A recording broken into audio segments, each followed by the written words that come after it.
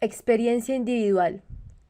Pero lo que más influye sobre el desarrollo de la boca y sobre la mayor o menor potencia de unas cuerdas vocales en relación con las otras son las tentativas iniciales del habla.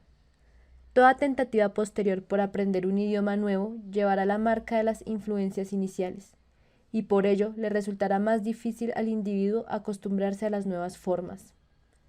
Aprender un lenguaje nuevo es dificultado, más aún por las formas de habla ya existentes, que obstaculizan nuevas combinaciones de movimientos de los músculos de la boca y la garganta, los cuales ya han contraído una tendencia a continuar automáticamente con los patrones anteriores.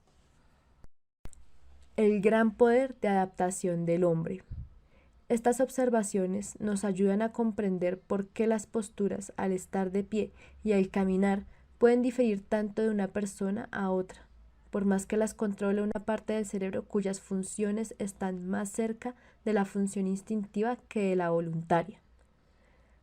Tal como el habla, la posición erguida carece de conexiones establecidas entre células del sistema nervioso, aunque el hombre empieza a caminar antes que a hablar. También en esa función, el hombre se ajusta con mayor libertad y variedad a su ambiente que, por ejemplo, algunos animales de manada capaces de caminar, correr, caer y ponerse de nuevo en pie pocos minutos después de haber nacido y cualquiera que sea el terreno donde hayan nacido. Las funciones ya establecidas y fijadas en ese momento solo presentan pequeñas variaciones de un individuo a otro. En cambio, en el caso de las funciones que el individuo desarrolla mediante su experiencia personal, las diferencias son la norma. Aspectos dinámicos de la postura. En la medida en que consideremos que las posturas de estar de pie y sentado son estáticas, nos resultará difícil describirlas en forma que pueda conducir a mejorarlas. Si lo que procuramos es esto, debemos considerar su aspecto dinámico. Desde este punto de vista, toda postura estable consiste en una serie de posiciones que configuran un movimiento. Al trasladarse de un lado al otro, un péndulo pasa por la posición de estabilidad en el momento en que alcanza su máxima velocidad. Cuando el péndulo se encuentra en estado estable, en el punto medio de su recorrido, se queda allí, hasta que se le aplica alguna fuerza exterior. Esa posición estable no necesita energía para mantenerse. Al caminar, erguirse o sentarse, el cuerpo humano pasa necesariamente de vez en cuando por la posición vertical estable que no necesita energía. Empero, en los casos en que los movimientos no se adecúan perfectamente a la gravedad, el paso del cuerpo por la posición estable no se define claramente y los músculos siguen haciendo trabajo innecesario. Para mantener las posturas de estar de pie y sentado, que son posiciones de estabilidad, no se requiere esfuerzo alguno. En el estado estable, solo hace falta un mínimo de energía para iniciar un movimiento y, en consecuencia, no hace falta ninguna para mantenerse en reposo. Control automático y control voluntario. La mayor parte de las dificultades teóricas y prácticas desaparecen cuando se presta debida consideración al hecho de que los músculos voluntarios que responden a nuestra intención reaccionan al mismo tiempo ante las órdenes de la otra parte de nuestro sistema nervioso, la inconsciente. Aunque el control voluntario puede presentarse en cualquier momento que se desee, en circunstancias de tipo corriente, asume el mando el control automático.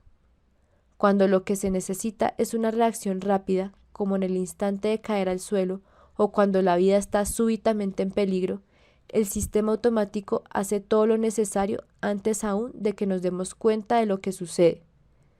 Nos basta resbalar sobre una cáscara de plátano para comprobar que nuestro cuerpo en general se endereza a sí mismo por su propia cuenta, en un movimiento reflejo del que el control voluntario ni siquiera tiene conciencia. El sentido kinestésico de nuestros músculos nos hace saber si nos encontramos en posición estable. Si el control que se ejerce sobre los músculos pertenece al sistema voluntario, nos hallamos en la posición estable. Si pasa al sistema automático y el control voluntario se suspende un instante, la posición ha dejado de ser estable. El control voluntario retornará no bien el sistema automático haya logrado devolver al cuerpo una posición estable. Origen de la distorsión de las sensaciones. Todo cuanto tiende a disminuir la sensibilidad del poder de discriminación retarda la respuesta a los estímulos. La postura será reajustada cuando su divergencia respecto de la posición estable ya sea considerable, es decir, cuando el ajuste se haya tornado urgente y exija mayor esfuerzo muscular. Ello reduce aún más la conciencia precisa del cambio. Todo el sistema de acción y control ha pasado a tener dimensiones más groseras. Por último, habrá serios fallos en el control e incluso daño del sistema.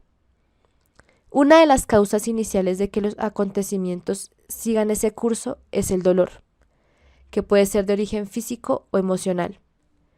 El dolor que socava la confianza en el propio cuerpo y en sí mismo es la principal causa de las desviaciones respecto de la postura ideal. Cuando es de este orden, el dolor rebaja el valor del individuo ante sus propios ojos. Aumenta la tensión nerviosa, lo cual a su vez reduce de nuevo la sensibilidad, de modo que no sentimos pequeñas desviaciones continuas respecto de la posición ideal y los músculos se tensan sin que el individuo tenga siquiera conciencia del esfuerzo que hace.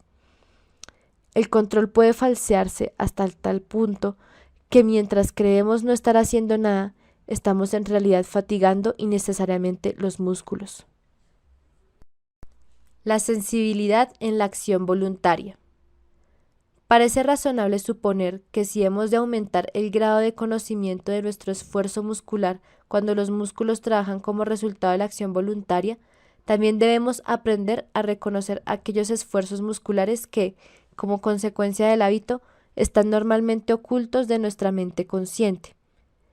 Si pudiéramos librarnos de ese esfuerzo superfluo, reconoceríamos la posición estable e ideal con mayor claridad.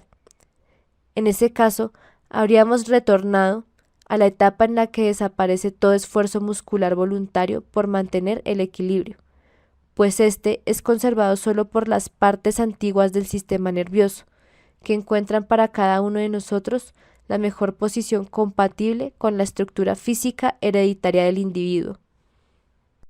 Dinámica del equilibrio. Volvamos a la idea de la estabilidad física como fenómeno dinámico para aprender de ella cuanto nos sea posible. Vimos que la posición estable del péndulo coincide con el punto medio de su trayecto, en que la atracción de la gravedad procura mantener el péndulo en posición puramente vertical. La fuerza que al principio pone el péndulo en marcha es absorbida por la fricción y los movimientos se tornan cada vez más pequeños, hasta que el péndulo se queda quieto en posición estable. De ella se lo puede mover mediante la aplicación de un mínimo de fuerza en cualquier dirección distinta de la vertical. Lo mismo puede decirse de cualquier cuerpo en estado de equilibrio. Por ejemplo, un árbol que ha crecido en posición vertical curvará la copa en la dirección en que sople el viento. Análogamente, buena posición vertical es aquella a partir de la cual bastará un esfuerzo muscular mínimo para mover el cuerpo con la misma facilidad en cualquier dirección que se desee. Ello significa que en la posición erguida no debe haber esfuerzo muscular alguno que se derive del control voluntario, prescindiendo de que ese esfuerzo sea conocido y deliberado o de que sea ocultado de la conciencia por el hábito. Balancearse de pie. De pie, deje que su cuerpo se balancee suavemente hacia uno y otro lado, como si fuera un árbol mecido por el viento. Preste atención al movimiento de la columna vertebral y de la cabeza. Continúe hasta completar de 10 a 15 movimientos pequeños y suaves como este, y hasta que pueda observar una conexión entre esos movimientos y su respiración. Después, efectúe movimientos análogos, no hacia los lados, sino hacia adelante y hacia atrás. Pronto observará que el movimiento hacia atrás es más fácil y más amplio en muchos casos que hacia adelante, durante el cual sentirá cierta tirantez en los tobillos. Los puntos de tirantez varían de acuerdo con el individuo. Solo en casos raros los músculos del pecho, con inclusión de los hombros, las clavículas, la nuca, las costillas y el diafragma, presentan una organización tan perfecta que se puede observar una relación continua entre los movimientos hacia adelante y hacia atrás y el proceso de la respiración como en los movimientos laterales previos. Mueva ahora el cuerpo en tal forma que la coronilla, la parte superior de la cabeza, Trace un círculo en el plano horizontal. Continúe hasta sentir que todo el trabajo es ejecutado por la mitad inferior de las piernas y que todo el movimiento se siente en los tobillos. Balanceese de nuevo hacia los lados, después hacia adelante y atrás y después en círculo, en ambas direcciones, pero esta vez descanse el peso del cuerpo principalmente sobre el pie derecho. Del pie izquierdo, solo el dedo gordo debe tocar el suelo. La pierna izquierda no debe tomar parte en el movimiento salvo para ayudar al cuerpo a mantener el equilibrio y posibilitarle realizar el ejercicio con exactitud sin interferir en la respiración. Repita los movimientos apoyando la mayor parte del peso sobre el pie izquierdo. Repita cada uno de esos movimientos 20 a 30 veces, hasta que logre ejecutarlos tan suave y cómodamente como le sea posible. Moverse sentado. Siéntese sobre el borde delantero de una silla. Apoye los pies en el suelo bastante separados y relaje los músculos de las piernas hasta que las rodillas puedan moverse hacia los lados y también hacia adelante con facilidad desde los tobillos.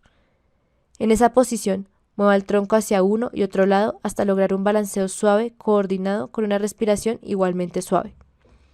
Después de una pausa, inicie movimientos similares hacia adelante y atrás, hasta tomar conciencia del movimiento de las articulaciones de las caderas y la pelvis, así como el movimiento de las articulaciones de las caderas y la pelvis y el movimiento de las rodillas hacia atrás y delante. Ahora mueva el tronco en sentido circular de manera tal que la coronilla describa un círculo, sostenida la cabeza por la columna vertebral como por una barra. No tiene que hacer cambios en las posiciones relativas de las vértebras entre sí. La columna debe moverse como si estuviera sujeta a la silla por su extremo inferior, cerca del coxis, y la cabeza en equilibrio sobre su extremo superior, mientras traza sus círculos igual que si la columna vertebral fuese la hipotenusa generatriz de un cono apoyado sobre su vértice. Invierta la dirección del movimiento y siga hasta que todos los obstáculos que se le oponen desaparezcan y se torne continuo, fluido y suave. El nexo dinámico entre estar de pie y sentado. Hemos llegado al punto más importante de todos, el nexo dinámico que existe entre estar de pie y estar sentado. La mayor parte de las personas sienten que el cambio de posición de estar sentado a estar de pie exige esfuerzo. Sin darse cuenta, se preparan para ese esfuerzo contrayendo los músculos de la parte posterior del cuello, lo que lleva atrás la cabeza y apunta el mentón hacia arriba. Este esfuerzo muscular superfluo se origina en el deseo de tensar el pecho, para el esfuerzo que harán las piernas principalmente con los extensores de las rodillas, es decir, los músculos que las estiran. Después, veremos que también este esfuerzo es superfluo. Todos esos movimientos indican la intención de erguirse mediante un vigoroso movimiento de la cabeza que arrastre tras ella todo el peso del tronco. En lo que concierne al control voluntario y el control reflejo antiguo, según los hemos llamado, la interferencia reside en el hecho de que los pies hacen presión sobre el suelo, mediante un movimiento voluntario antes de que el centro de gravedad del cuerpo se haya movido hacia adelante sobre las plantas de los pies. Cuando el centro de gravedad se haya trasladado realmente hacia adelante respecto de los pies, en el sistema nervioso antiguo se originará un movimiento reflejo que enderezará las piernas, y ese movimiento automático no será sentido en el modo alguno como esfuerzo. Por lo general, los pies hacen presión conscientemente sobre el suelo demasiado pronto, antes de que el estímulo reflejo haya alcanzado toda su magnitud. Como en los movimientos lentos prevalece el control voluntario, en este caso tiende a interferir en el control reflejo primitivo y a impedir que el movimiento se ejecute en la forma natural, orgánica y eficaz. Nuestro conocimiento debe discernir esa necesidad orgánica. Tal vez ese discernimiento sea el verdadero conocimiento de sí mismo. La interferencia se desarrolla del siguiente modo. Cuando los pies, en esa tentativa por enderezar las piernas, presionan el suelo demasiado pronto, la pelvis es mantenida por la fuerza en su sitio y su parte superior incluso puede ser llevada ligeramente hacia atrás. Los músculos del estómago intentan el movimiento de levantar el cuerpo, lo cual tira la cabeza hacia adelante y abajo. Pero si este movimiento no tiene suficiente fuerza como para levantar el peso de la pelvis sobre las piernas, tiesas en una posición inflexible e incapaces de doblarse en las articulaciones de las rodillas y los tobillos, el cuerpo recaerá en la posición sentada. Esa imposibilidad de completar el movimiento puede observarse en las personas de edad o debilitadas, que se incorporan a medias y vuelven a caer. no son lo bastante fuertes como para ejecutar los esfuerzos superfluos ya descritos y, además, el esfuerzo realmente necesario para incorporarse, por más que éste sea relativamente pequeño y esté al alcance incluso de ancianos o personas debilitadas. Mida sus errores y su mejoría. Antes de sentarse, para iniciar el siguiente ejercicio, ponga bajo sus pies una balanza de baño. Después de ello, usted se incorporará en la forma habitual. Cuando ponga los pies sobre la balanza, observará que la aguja se mueve hasta un punto que marcará aproximadamente la cuarta parte de su peso como peso de sus piernas. Después póngase de pie y al hacerlo observe la aguja. Esta avanzará hasta un punto situado mucho más allá del correspondiente a su peso. Volverá a uno anterior, oscilará atrás y delante y finalmente se detendrá en la cifra acertada. Cuando considere que su transición de una postura a otra ha mejorado, verifíquelo de nuevo con la balanza. Si ahora el movimiento es correcto, la aguja avanzará gradualmente acompañando poco a poco el movimiento y no pasará más allá de la cifra que corresponde a su peso. Esto demuestra que el movimiento ya no incluye aceleración innecesaria alguna. Si trata de calcular cuánto esfuerzo desperdiciado se ahorra, comprobará además cuán poco esfuerzo le basta para ponerse de pie correctamente. Siéntese ahora en el borde delantero de la silla y deje que su cuerpo se balancee hacia atrás y delante con movimientos cada vez más amplios, pero sin súbito aumento del esfuerzo en punto alguno. Evite toda intención directa de incorporarse, pues de ello resultará un retorno inadvertido a su manera habitual de hacerlo. Para ponerse de pie no hace falta, en realidad, ningún esfuerzo mayor que el que se efectúa en ese balanceo. ¿Cómo se hace? A continuación se presentan algunos recursos auxiliares. Vale la pena probarlos todos aunque se tenga éxito con el primero. Primero, evite movilizar en forma consciente los músculos de las piernas. Al balancearse hacia adelante, piense en levantar las rodillas y los pies del suelo, de modo que la oscilación hacia adelante no le haga contraer aquellos músculos del muslo cuya función es enderezar las piernas. La contracción de esos músculos acentúa la presión de los pies contra el suelo. La pelvis abandonará la silla sin esfuerzo adicional alguno, y usted pasará de estar sentado a estar de pie. Segundo, evite movilizar en forma consciente los músculos del cuello. Durante la oscilación hacia atrás y delante, tome un puñado de pelo de la coronilla y estírelo suavemente hasta que quede en línea con la columna vertebral, tensado tan ligeramente que pueda sentir si los músculos del cuello entran en tensión.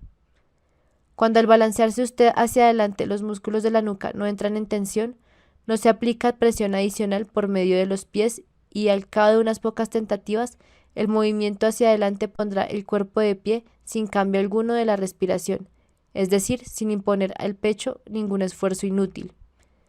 Repita el ejercicio tirándose del pelo con la mano izquierda. Por lo general, el efecto varía de una mano a la otra. Tercero, suspenda la intención de ponerse de pie. El movimiento hacia adelante debe continuarse hasta el punto en que se sienta un esfuerzo en las piernas y el aparato respiratorio, es decir, hasta aquel punto en que el movimiento rítmico se detiene y el esfuerzo muscular aumenta. En este punto, incorporarse deja de ser una continuación del movimiento previo para convertirse en un esfuerzo de tirón brusco. Suspenda todo movimiento adicional y quédese inmóvil en la posición en que cesó el movimiento de balanceo. Suspenda la intención de incorporarse y determina qué parte del cuerpo se relaja por efecto de ello. Allí estaba el esfuerzo superfluo. Esto no es fácil de hacer. Es preciso prestar mucha atención para detectar el esfuerzo inútil. Al cesar la intención de incorporarse, la posición inmóvil se torna inmediatamente tan cómoda como la de estar sentado y a partir de allí completar el movimiento que falta para ponerse de pie resulta tan fácil como sentarse de nuevo. Cuarto, movimientos rítmicos con las rodillas. Sentado en el borde de la silla, apoya cómodamente los pies en el suelo, separándolos bastante. Empieza a mover sus rodillas acercándolas y apartándolas hasta que el movimiento se torne rítmico, regular y fácil. Tómese una mecha de pelo de la coronilla y estirándosela, lleve usted mismo hasta la posición de pie sin interrumpir el movimiento de las rodillas. Si el cuerpo no está debidamente organizado, el movimiento de las rodillas vacilará. Así que solo por un momento, en caso contrario, usted tratará de alzarse en el preciso momento en que las rodillas se encuentran en alguna de las posiciones extremas de su movimiento. sea lo más distantes o lo más juntas.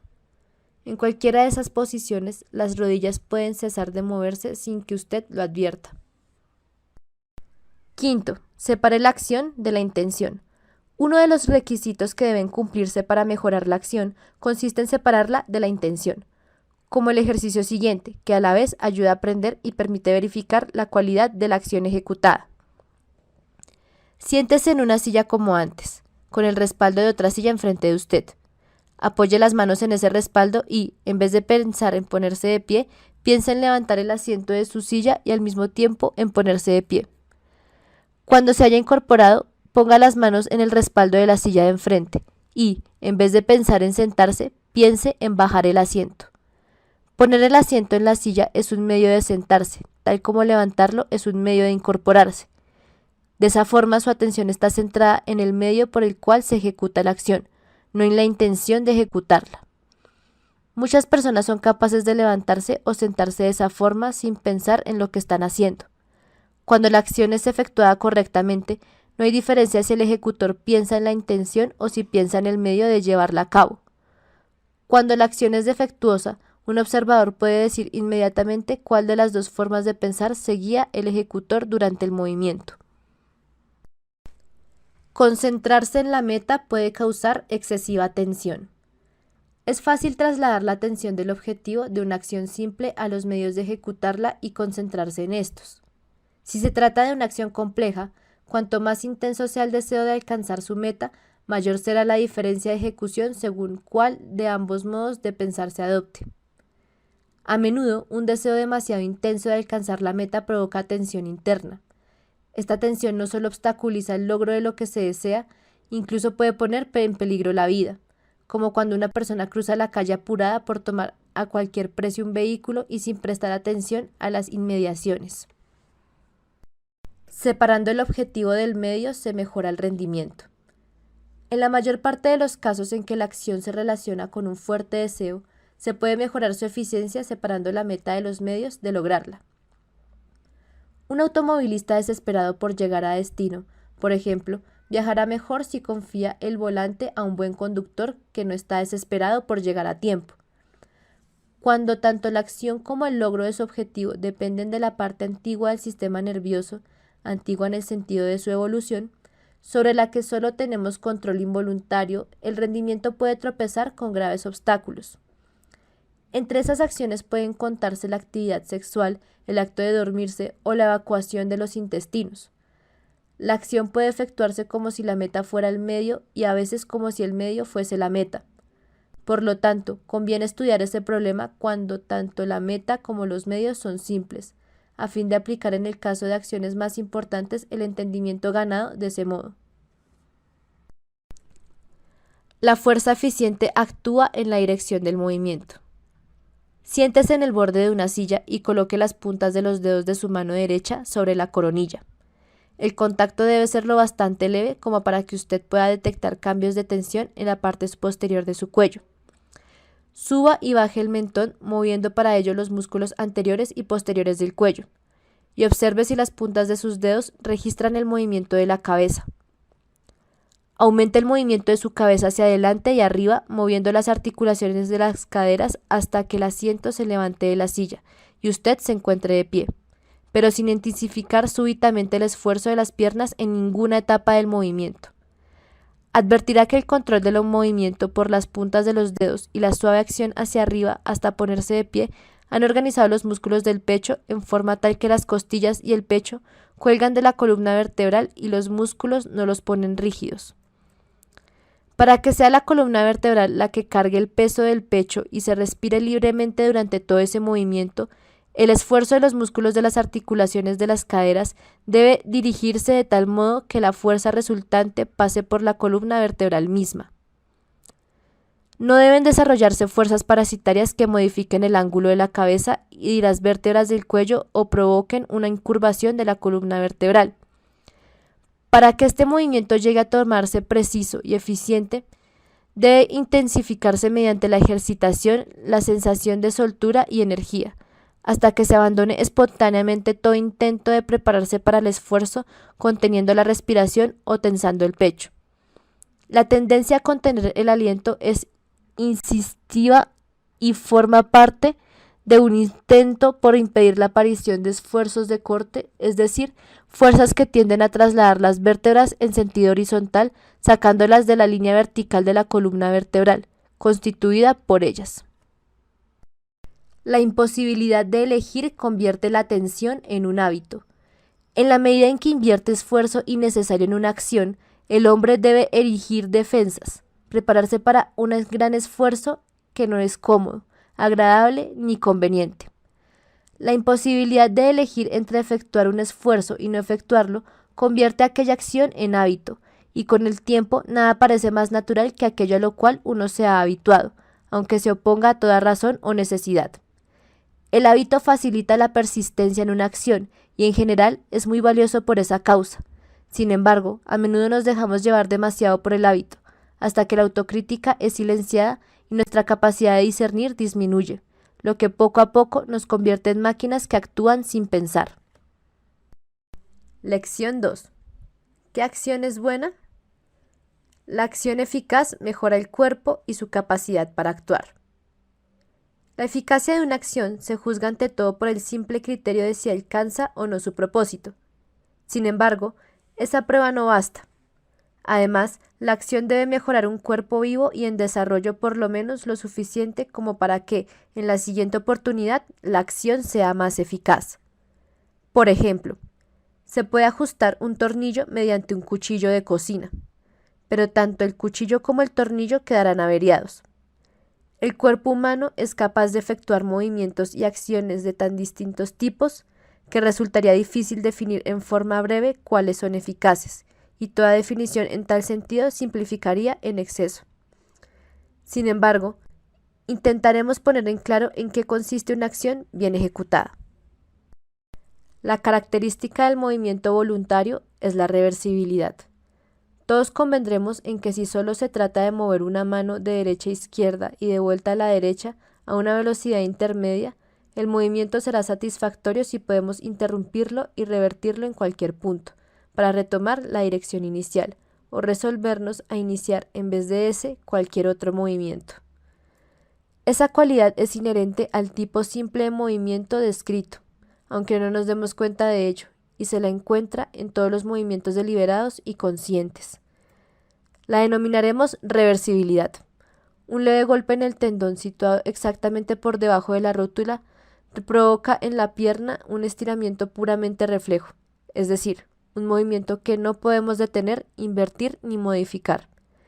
Lo mismo sucede con los movimientos clónicos, los estremecimientos o los espasmos.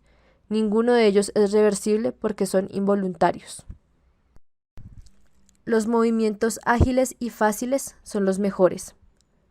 Al considerar las maneras de levantarse de una silla, vimos que hay un buen movimiento deliberado cuando no existe conflicto entre el control voluntario y la reacción automática del cuerpo ante la gravedad, cuando ambos se combinan y se ayudan entre sí para cumplir una acción que parece dictada por un solo centro. Por lo general, el control voluntario es eficaz con los movimientos relativamente lentos, siempre que el movimiento no ponga en peligro el cuerpo o provoque tal dolor que la reacción automática asuma el control, haciendo a un lado la decisión voluntaria. También vimos que el movimiento simple de la mano era bueno, sin conocimiento previo alguno de lo que constituye un buen movimiento.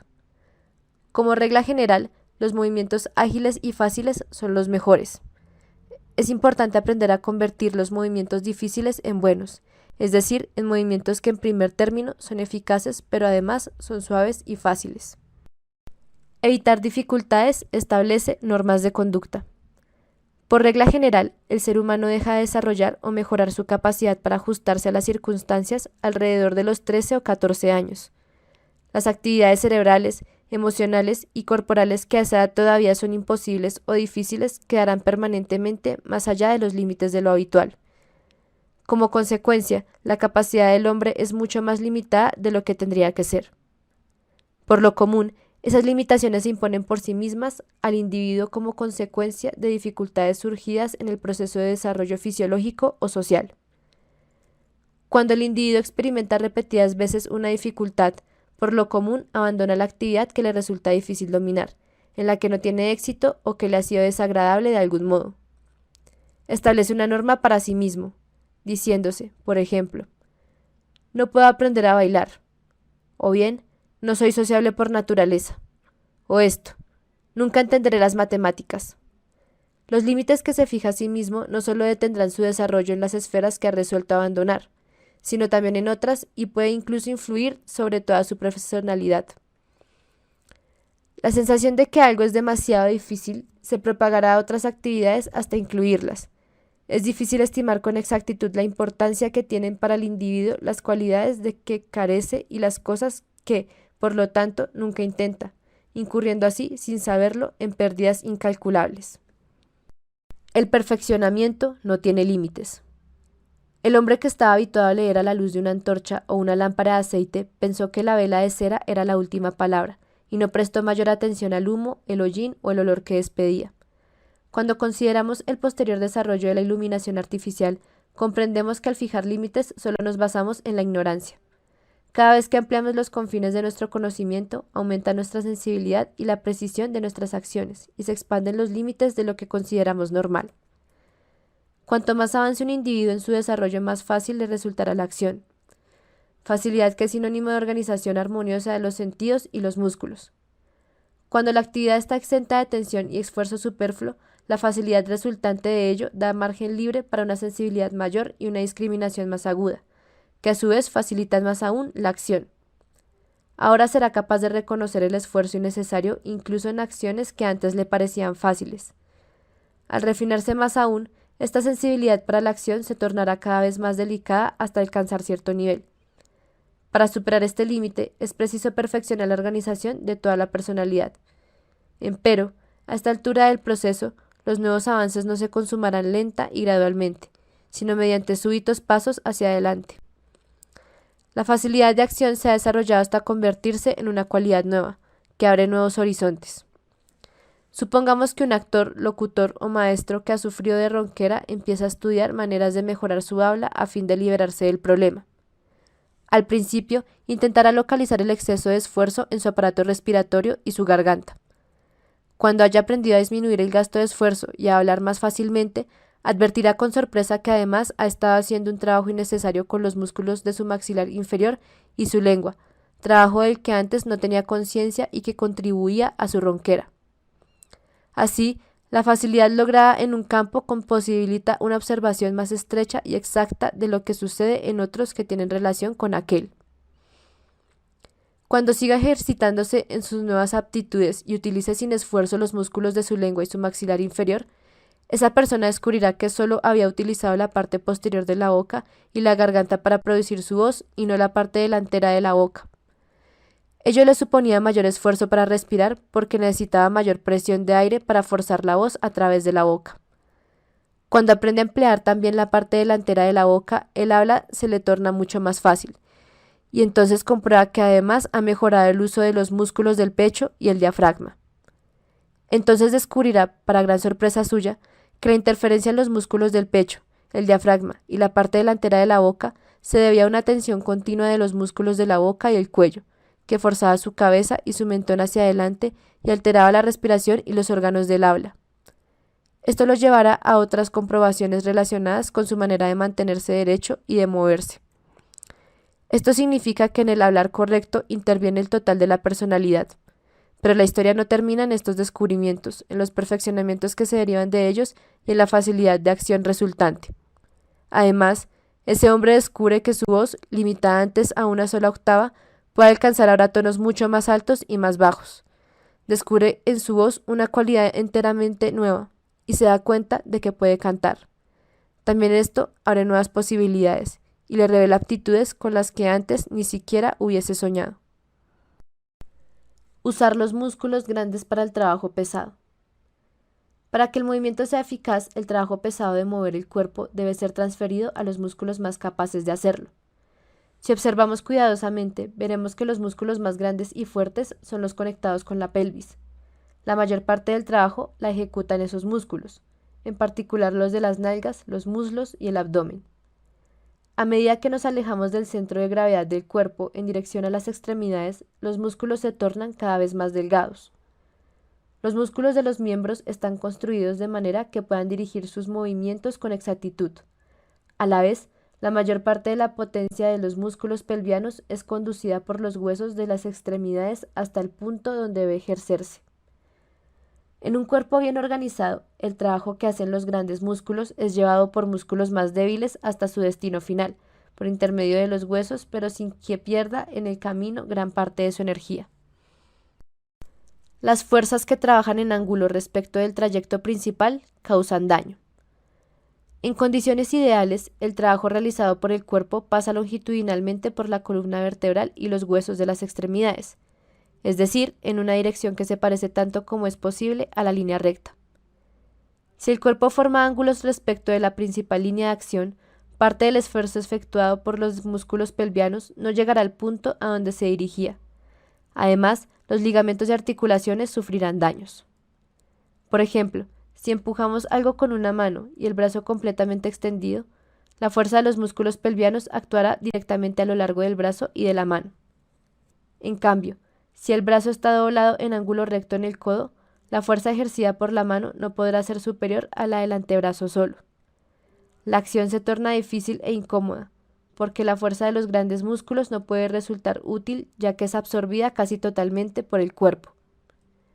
Cuando la estructura del esqueleto no logra transmitir la fuerza de los grandes músculos pelvianos por intermedio de los huesos, resulta muy difícil abstenerse de tensar el pecho para permitir que los músculos direccionales hagan por lo menos parte del trabajo que debería ser hecho con facilidad por los músculos pelvianos. La buena organización corporal posibilita ejecutar la mayoría de las acciones normales sin sensación alguna de esfuerzo o tensión. Desarrollar trayectos de acción ideales. El trayecto de acción ideal del esqueleto al pasar de una posición a otra, por ejemplo, de sentado de pie o de acostado a sentado, es aquel que seguiría si no tuviera músculo alguno, es decir, si los huesos estuviesen conectados solo por ligamentos. Para alzarse del suelo según el trayecto más corto y eficiente, el cuerpo debe hallarse organizado de modo tal que los huesos sigan los trayectos que seguirían en un esqueleto sobre cuya cabeza se ejerciera tracción. Si siguen esos caminos, el esfuerzo muscular se transmitirá a lo largo de los huesos, y todo el esfuerzo de los músculos pelvianos se transformará en trabajo útil.